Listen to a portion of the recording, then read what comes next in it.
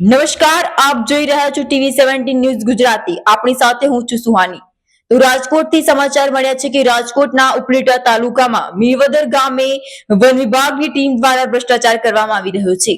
તો ચાલો આ શું છે સમગ્ર ઘટના તેના પર નજર કરીએ. ઉપલેટા તાલુકામાં વન વિભાગ દ્વારા ભ્રષ્ટાચારના ગંભીર આક્ષેપો સામે આવ્યા છે. મીરવદર ગામે જે સમયે વાવેલા છોડ માટે ખાતર અને માટીનું વિતરણ કરવાનો હતો ત્યારે તે સત્વરે કરવામાં આવ્યું નહીં.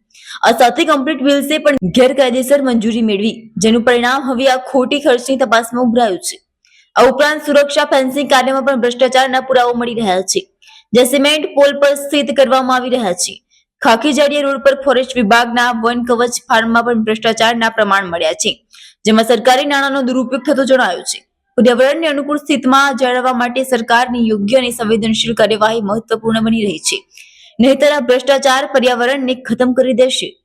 કેવી રીતે સરકાર આ ભ્રષ્ટાચારની તપાસ કરશે અને શું પગલા લે તે વખતે આ મામલાને સુધારશે તે હવે જોવું રહ્યું.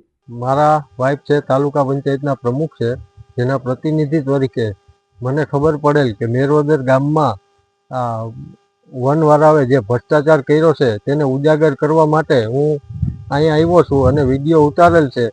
આ જે ફોરેસ્ટની જગ્યા છે એમાં સાફ સફાઈ કરેલ નથી, એમાં ખાતર નાખવાનું હોય ખાતર નથી નાખેલ, માટી નાખવાની છે માટી નથી નાખેલ, અને ફેન્સિંગ પણ અધૂરી છે છતાં એના બિલ ઉધરી ગયા છે. અને આમનું ખાતર એના પ્રાઇવેટ 3 ગોડાઉનમાં ભરેલું છે, જે ગોડાઉનની મને ખબર છે કે ખાતર ક્યાં ભરેલું છે, અને આનો ખુલ્લો ભ્રષ્ટાચાર સાબિત થાય છે. અને જે આ થાંભલા છે એમાં નીચે કોન્ક્રીટ કરવાનું હોય એ કોન્ક્રીટ પણ કરેલું નથી.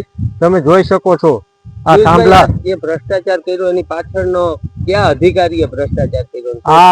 આમાં ઉપલેટા તાલુકાના આરએફઓ સિવાય આ શક્ય નથી.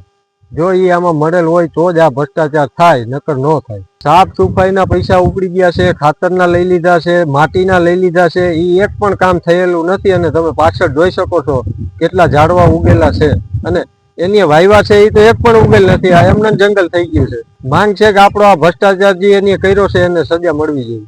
તો આવા જ અનેક પ્રકારના સમાચાર જોવા માટે અમારી ચેનલને લાઇક, શેર અને સબસ્ક્રાઇબ જરૂર કરો. નિહાળતા રહો TV17 ગુજરાતી.